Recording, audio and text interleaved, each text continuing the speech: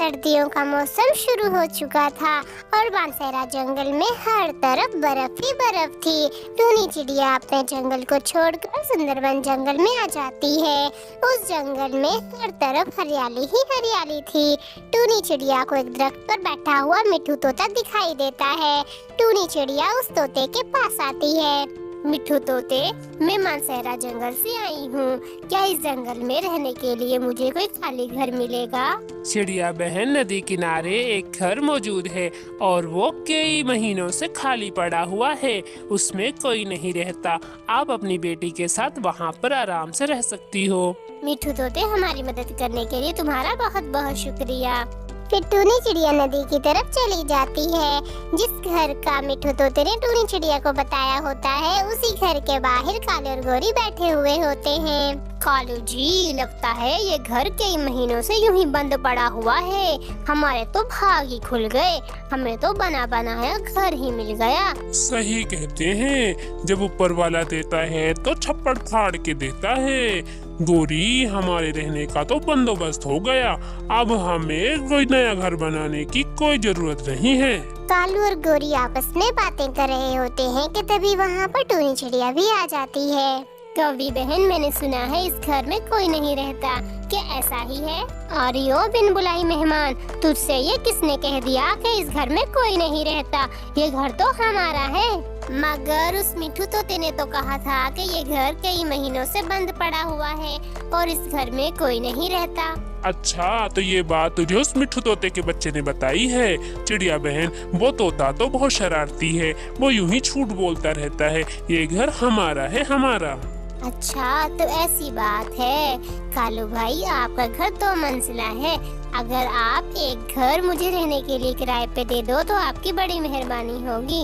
हाँ हाँ चिड़िया, क्यों नहीं, तुम ऊपर वाले घर में रह सकती हो।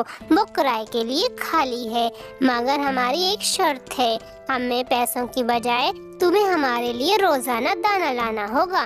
ठीक है कवि बहन, मुझे मंजूर है। फिर उस घर के निचले वाले हिस्से में काली और गोरी रहते थे और ऊपर वाले हिस्से में टूनी चिड़िया अपनी बेटी के साथ रहती थी। गोरी, तुम्हारा दिमाग तो बहुत तेज चलता है। तुमने तो एक तीर से 2 शिकार कर लिए।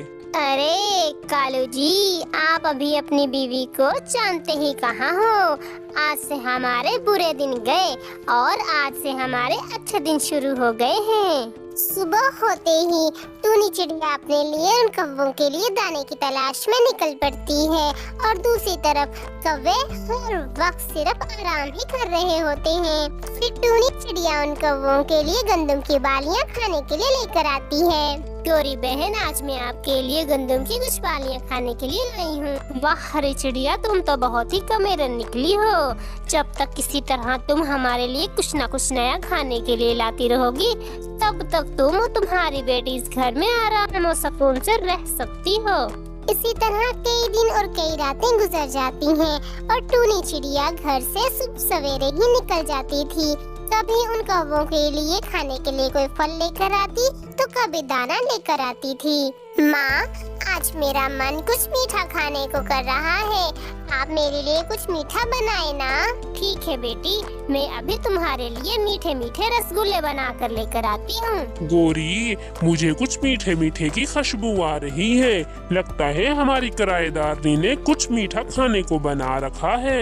कालू जी, खुशबू तो मुझे भी आ रही है। आप यहीं पर रुको, मैं देख कर आती हूँ जरा उस चिड़िया की बच्ची ने क्या मीठा बनाया है। फिर गोरी कौवी टूनी चिड़िया के कमरे में आ जाती है। अरे बाहरी चिड़िया, तू तो बहुत शातिर निकली। हमारे लिए रोज वही फल और दाने लेकर आती है और खुद देखो कितने मजे से इंसानों वाला खाना खा रही है बना बना कर। गोरी बहन, आप मुझ पर इतना गुस्सा क्यों कर रही हो? आपने जो जो अपने लिए खाने के लिए मुझसे मंगवाया, मैं आपके लिए वही वही लाती रही हूँ।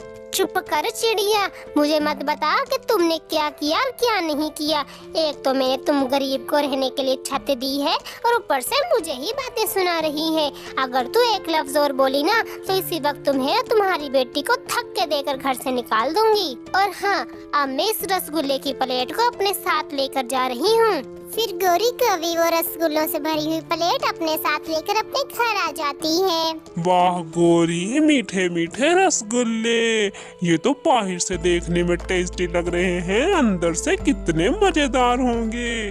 कालू, अब यूं ही बातें ही बनाते रहोगे या ये रसगुल्ले खाओगे भी? फिर गोरी कवि और कालू कौवा वो रसगुल्ले खाने लग जाते हैं। माँ, ऐसा कब तक चलेगा? अब सुबह से जाती हैं और शाम को घर लौटती हैं। आप उनके लिए दाना भी लेकर आती हैं, फिर भी वो आपकी जब चाहे बेइज्जती कर देते हैं। हम अपना घर कब बनाएंगे? गुड़िया बेटी, जो हुआ तुम उसे भूल जाओ और अब तुम मेरे साथ चलो, मुझे तुम्हें कुछ दिखाना है। फिर टूनी चिड़िया अपनी बेटी को अपने साथ लिए वहाँ से एक घर के पास आ जाती है। माँ, इतना खूबसूरत किसका घर है और हम यहाँ क्यों आए हैं? बेटी गुड़िया, ये किसी और का नहीं बल्कि ये हमारा घर है। माँ, हमारा घर? ये घर आपने कब बना लिया?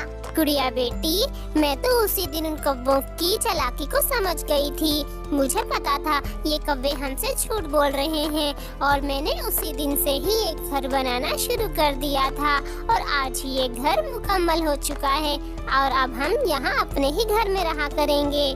तभी कुछ ही देर में उस घर के पास एक चील आ जाती है और उस घर का दरवाजा जोर जोर से खटखटाने लग जाती है। अरे गोरी, ये इस वक्त हमारे घर का दरवाजा कौन बुरी तरह से बजा रहा है?